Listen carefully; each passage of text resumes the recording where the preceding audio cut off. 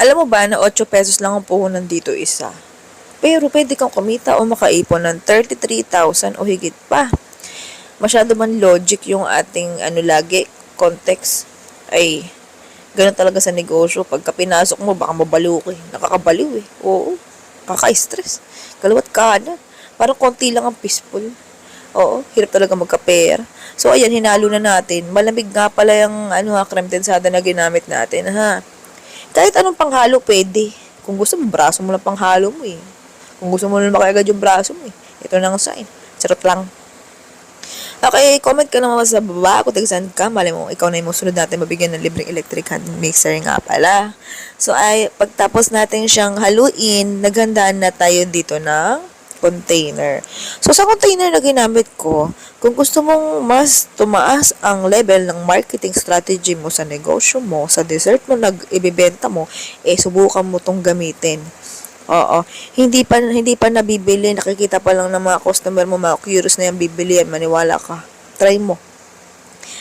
Isa kasi sa marketing strategy na hindi siya nasabi na ibang negosyante ay ang container. Pero syempre, dapat sarapan mo. Dapat masarap yung ilalagay mo sa container. Sa pagsasalin nga pala nitong ating hinalo-halo kanina, tansya-tansya lang. Okay?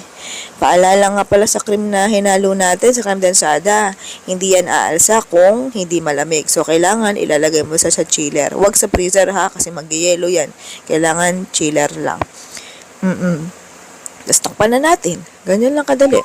So, ang kailangan mo nga palang gamitin ditong patungan, yung egg tray ha. Yung patungan ng itlog. Kasi nga, dome kasi yung Actually, yung pinaglagyan natin ng nung ating hinalo. Yan yung takip. Yung ginagawa natin takip, yun talaga yung pinaka-container. Oo. Makikita nyo mamaya kung ano yung pinaka-finished product niyan. Pagpasansyahan nyo na nga pala yung boses ko, hindi na nga maganda. Hindi na nga magaling mag-voice over, may nalat pa. Okay, may sipon ubo lola nyo dito, kami lahat dito.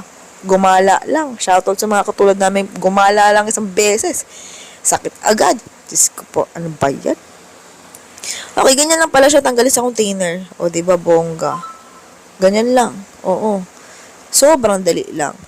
Yan. Tapos, pagka isa-serve mo, ganyan siya. Ganyan na itsura niya. Upside down ba, ganun. Yung list na recipe at saka costing, bisitahin niyo yung YouTube channel ko. O, doon niya na lang puntahan. Oo, napakadagal naman ng recipe nito. Pero kung gusto mong malaman kung paano kitain yung 33,000, bisitahin mo na yung YouTube channel ko. Foodie Bar at saka Halo Mix ang pinaka-main YouTube channel natin. Oo, meron sa description doon. Makikita nyo. Oo, okay, ganun lang. Search nyo lang. Ayan na sa screen. Okay, sige na. Goodbye, good luck. Love you.